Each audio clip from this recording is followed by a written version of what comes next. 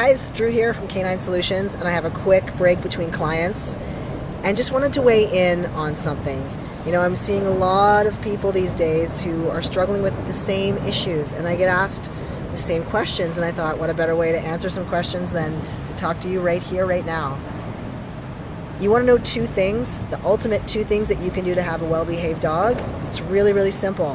One, have a consistent routine. Straight up, dogs thrive on routine and structure. If your routine is consistent, that helps your dog rely on you and fall into your leadership. If you begin to change the routine, your dog can't rely on a basic foundation of what's happening when, and they can develop anxiety and become overly nervous or cautious, whatever the case may be. It just really helps them solidify you in their mind as the person, the leader that leads them through their day in a really predictable way. This really relieves a lot of stress and nuisance behaviors as well. That's part of it. But you know, the big part is, don't stop training your dog. Why do I hear people say to me, and this is so common, you know, I took my dog to puppy school because they knew it was important. When you get a dog, you got to train that dog, which is great. I love that. Love that. Great commitment until you stop doing it. So what happens is your puppy no longer is a puppy, is less reliant on you, and becomes more independent. It's natural. We've all been teenagers. We know we want to be independent people when we're teenagers. We think we know it all, and we've got a lot of finesse to be independent. But the thing to remember is that when your dog becomes independent and you haven't followed through with training, you've got a lot of a stronger dog on your hands that's going to really, really cause havoc in your life. Training happens the minute you take your dog home. Doesn't matter how old the dog is. So I say to people, keep things consistent.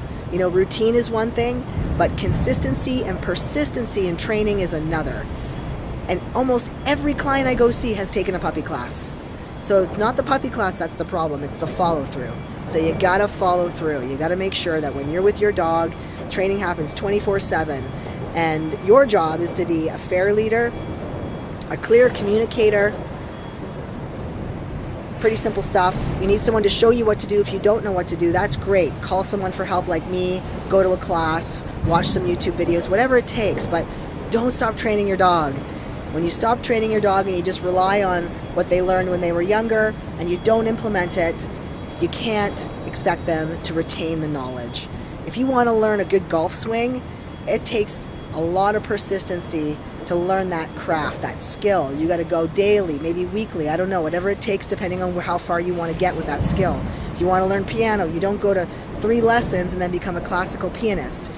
If you want your dog to come back off the leash, you've got to do a ton of reinforcement training on the leash, over and over and over and over and over again, and make it fun and easy. It doesn't have to be hours at a time. I tell people 5-10 minutes at a time of recall training consistently, daily, over time, builds such a great skill in the dog.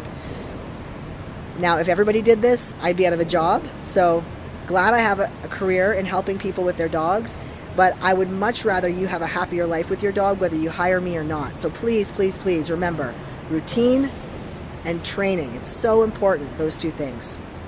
That's it for me today. Thanks for watching.